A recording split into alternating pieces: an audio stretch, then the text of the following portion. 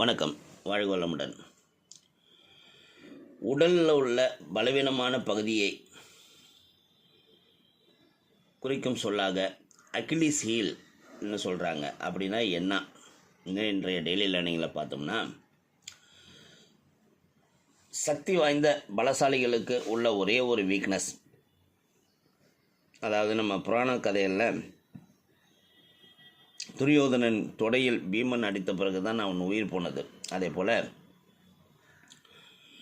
கிரேக்க புராணத்தில் அகிலீஸின் உள்ளங்காலில்தான் அவன் உயிர் இருந்தது. பிற்காலத்தில் ட்ராய் போரில் தன் வீரமகன் அகிலீஸ் கொல்லப்பட்ட போகிறான் என்பதை முன்கூட்டியே தெரிந்து கொண்ட அவன் தாய் தீடிஸுங்கிறவங்க சாகாவரம் தரும் ஆற்றல் கொண்ட ஸ்டைக்ஸ் என்னும் மந்திர நதியில் குழந்த அகிலீஸை தலைக்குப்புற முக்கி எடுக்கிறார்.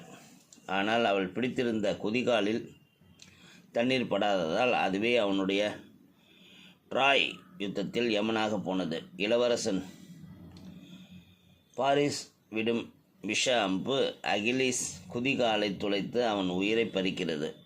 பொதுவாக ஒவ்வொரு மனிதனுக்கும் அவனை வீழ்த்தக்கூடிய ஒரு வீக்னஸ் உண்டு என்பதே அர்த்தம்.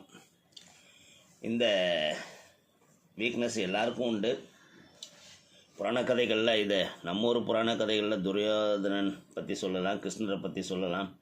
இன்னும் பலருக்கு உயிர் எங்கே இருக்கிறதுங்கிறது புராணங்களில் சொல்லியிருப்பாங்க. அதே போல் ஒவ்வொரு மனிதனுக்கும் ஒரு அகிலீஸ் ஹீல், அந்த அகிலீஸ் ஹீல்ங்கிற ஒரு பகுதி உண்டு. அந்த அகிலீஸ் ஹீலுங்கிற வார்த்தை எப்படி வந்ததுங்கிறது கிரேக்க புராணங்களில் இருக்குதுங்கிறதையும் நம்ம தெரிஞ்சுக்கிட்டோம். இதை மற்றவர்களுக்கும் சொல்லுங்கள். அப்போ நம்ம உடம்புல ரொம்ப வீக், எனக்கு லெஃப்ட் ஹேண்ட் ரொம்ப வீக்குப்பா என்ன சொல்கிறதுன்னு உங்களுக்கு அப்போ அகிலீஸ் ஹீலுங்கிறது உங்களோட லெஃப்ட் ஹேண்டுங்கிறத புரிஞ்சுக்கிட்டோம். புரிந்ததை மற்றவர்களுக்கு சொல்லி செல்வோம். வாழ்க வளமுடன்.